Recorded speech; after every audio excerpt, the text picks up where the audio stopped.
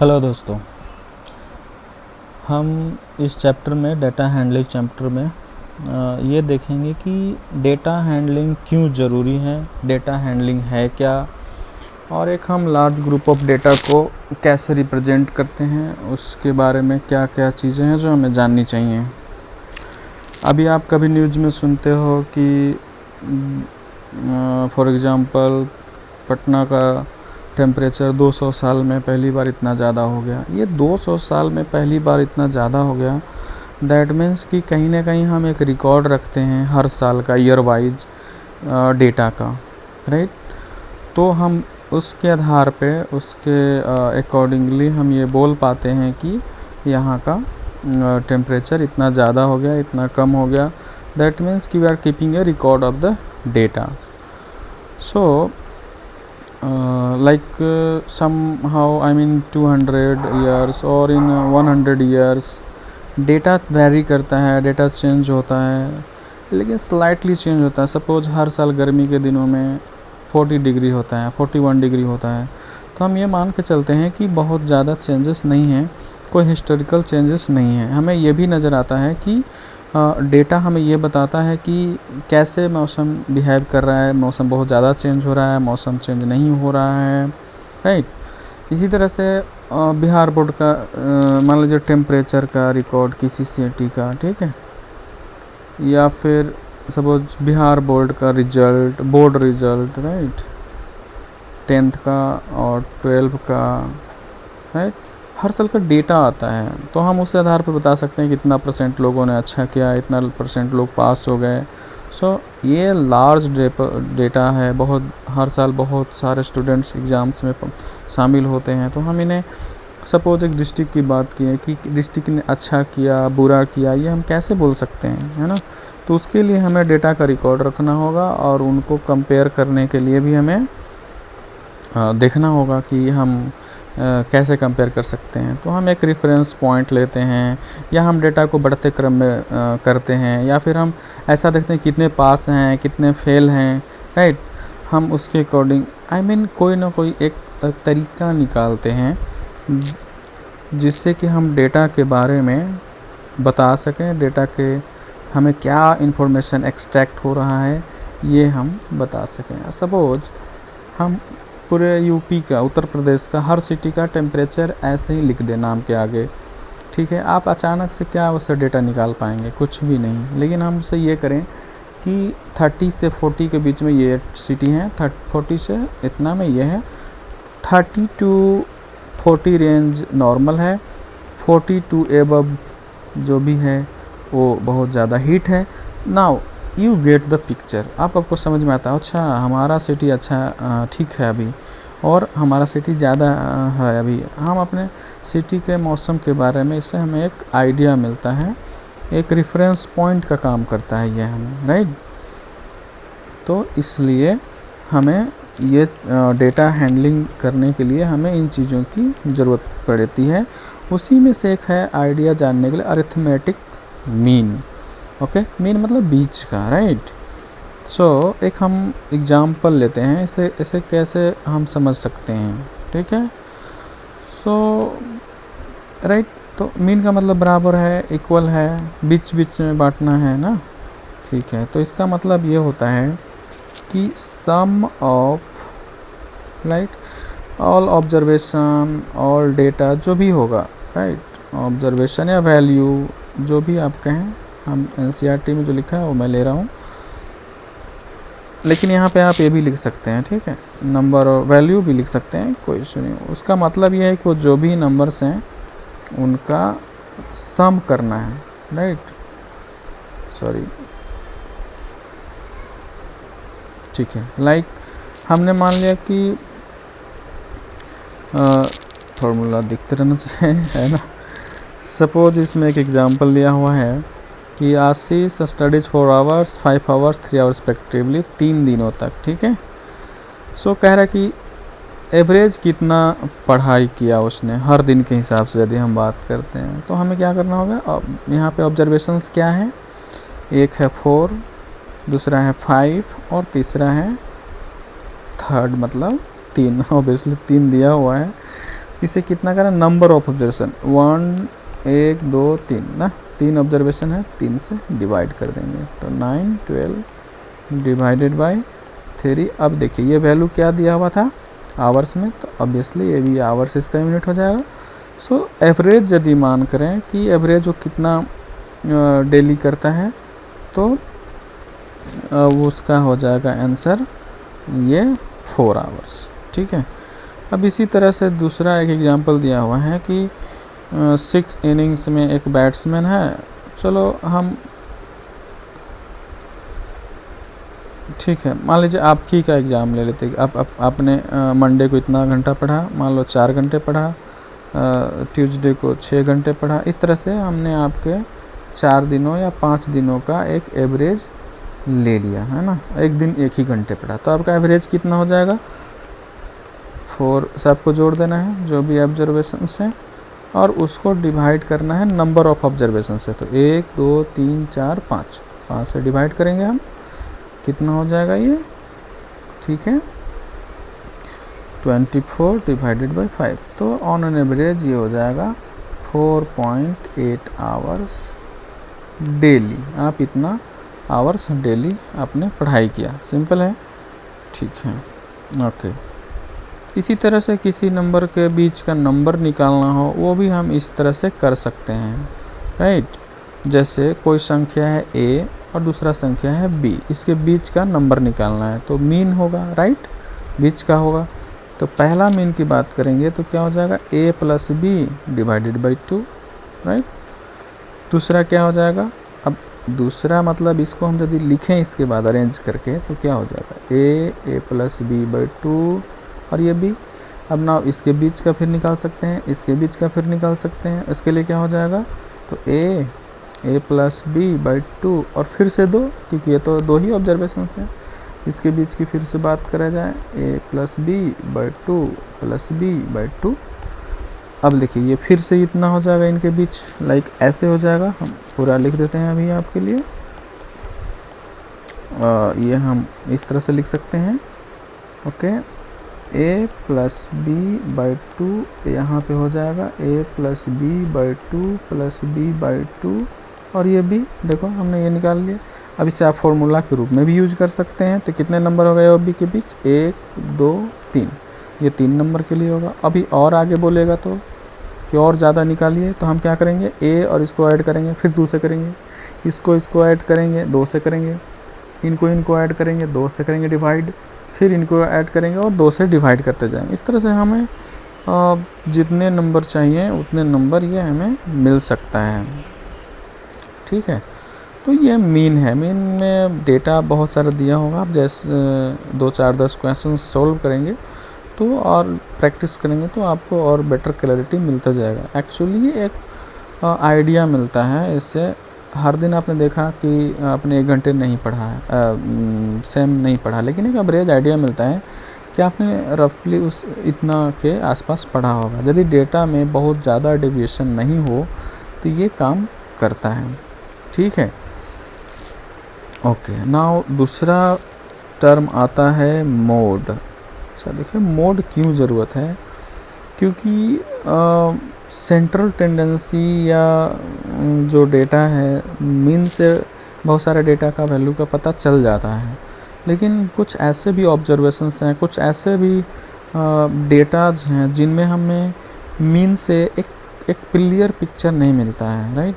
अभी थोड़ी देर पहले आपने देखा कि हमने एक 1 लिया था, राइट, लेकिन हमारा ऑन एन एवरेज कितना आया था, 4.5, लेकिन वो 1 से बहुत ज़्यादा है ना। तो ये जो डेविएशंस हैं ये एक्यूरेट रिप्रेजेंटेशंस नहीं कर रहा है, राइट। सो हम एक नया चीज़ लेकर आते हैं, मोड, राइट। ये सारे चीज़ हमें सेम चीज़ बताने के लिए है, लाइक मीन ही है, लेकिन नाम दिया से हमने मोड, राइट। एक्चुअली ये बताता है frequency, mode of set of observation that occurs most offence मतलब कितनी बार वो डेटा में वो नंबर आता है, लाइक। सो हम एक एग्जांपल लेते हैं, 1 1 1 2 2 2 2 3 4 एंड 4, राइट। ये हमने एक लिया सेट ऑफ डेटा।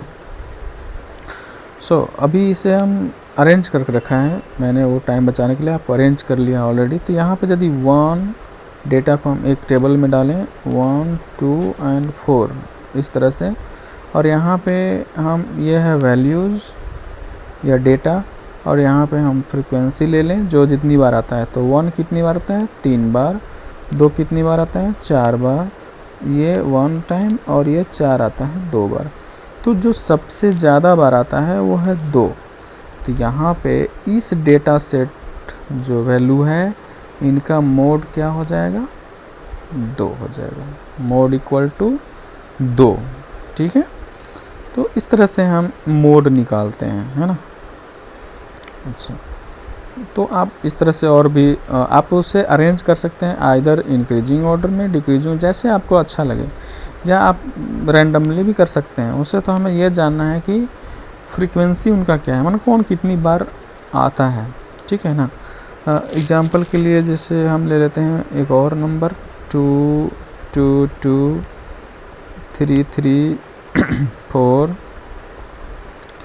5 5 5 6 6 और 8 7, राइट। तो फिर इन्हें हम टेबल बना लेते हैं 2 3 4 5 6 और 8 का। अब 2 कितनी बार आया 3 बार, 3 कितनी बार आया 2 बार, 4 कितनी बार आया 1 बार, 5 कितनी बार आया 3 बार, 6 2 बार, 8 कितनी बार 1 बार।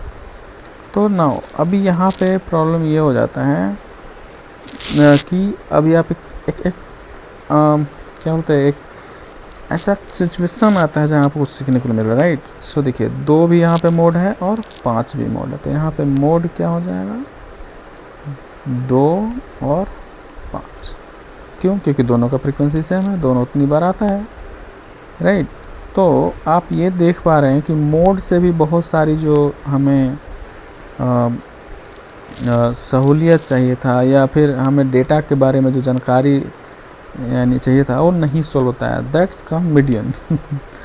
ओके, सो नाउ अब मीडियन क्या है, ठीक है।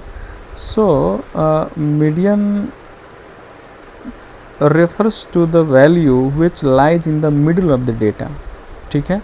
हम जब डेटा को अरेंज करते हैं इंक्रीजिंग, राइट, 2 तरह से कर सकते हैं हम डेटा को, राइट, इंक्रीजिंग ऑर्डर में, बढ़ता हुआ क्रम में, और डिक्रीजिंग ऑर्डर में, घटता हुआ क्रम में, ठीक है।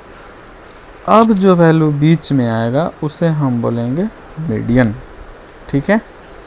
अब जो आएगा बीच में उसे हम बोलेंगे मीडियन। जैसे हम डेटा लेते हैं 35 32 फिर से 35 42 38 फिर 32 और फिर 34। अब इसे हम अरेंज करके देखते हैं कैसे होगा। सबसे पहले सबसे छोटा कौन सा है या बड़ा, आपकी जो जैसे आपकी इच्छा हो, लाइक 32 फिर से 32, उसके बाद 34, ठीक है, फिर से 35 फिर से 35 फिर 38 और फिर 42। आप देख पा रहे हैं कि यहाँ 32 2 बार आया है, 35 2 बार आया है, और बाकी एक बार आए हैं। लेकिन बीच की बात करें तो 1 2 3 4 5 6 7, तो बीच में कौन सा हो जाएगा 35, राइट। क्यों, क्योंकि 35 के इधर भी 3 नंबर हैं और इधर भी 3 नंबर हैं। तो हमारा यहाँ पे जो डेटा का मोड क्या होगा यहाँ पे हमारा, यहाँ पे देखिए मोड 2 हो जाएगा, right. I think I made a mistake, नहीं, ठीक है, मैंने कोई मिस्टेक नहीं बनाया, राइट। सो यहाँ पे हमारा मोड क्या हो जाएगा 2 हो जाएगा, एक 32 हो जाएगा और एक 35 हो जाएगा। लेकिन मीडियम क्या हो जाएगा, है ना। I think I have made a mistake here, data arranging में मिस्टेक ये हुआ है कि हमने इसे 2 बार ले लिया, क्योंकि हमें तो इंक्रीजिंग में करना है। तो 35 32 इंक्रीजिंग तो है नहीं, राइट। यहाँ ये भी क्रॉस हो जाएगा। तो अरेंज इस तरह से होगा, सॉरी माफ़ कीजिएगा, राइट, इस तरह से हो जाएगा। ओके, अभी सही है ना? 32, 34, 35, 38, ठीक है। सो ओके, सो हियर तो सिर्फ 35 इज मीडियन क्या है? 35। एंड मोड क्या हो जाएगा?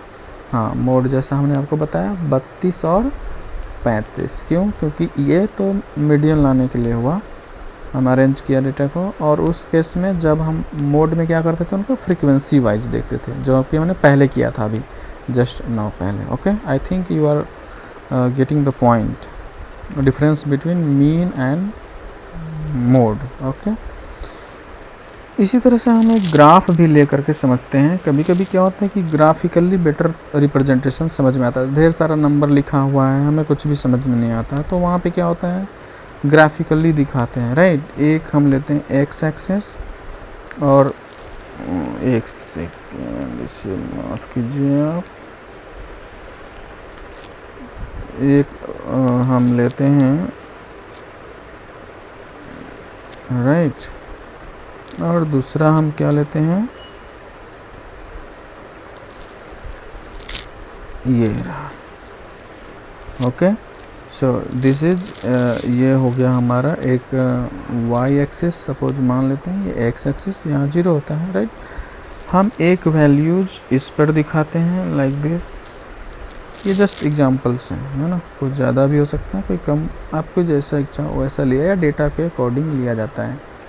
Right, just representation. और यहाँ पे एक रेफरेंस पॉइंट होता है, इससे देख करके अभी कोई भी बताएगा, यदि इसका जो वैल्यू है आप देखते ही बता देंगे कि ये ज़्यादा है। राइट, देखते ही बता देंगे कि ये कम है।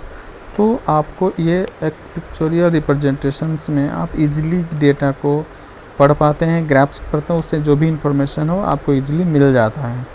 तो इसलिए हम बार चार्ट या बार ग्राफ का भी यूज किया जाता है बेसिकली। टीवी, अब आजकल टीवी चैनल्स में हम इसे यूज करते हैं। राइट, ना बचता है प्रोबेबिलिटी, संभावना, चांस क्या है। सबसे बढ़िया एग्जांपल क्या होता है, कॉइन्स टॉस करने का। सपोज दो मैच हो रहे हैं, खिलाड़ी हैं, तो उसमें हम क्या करते हैं, उसमें हम बेसिकली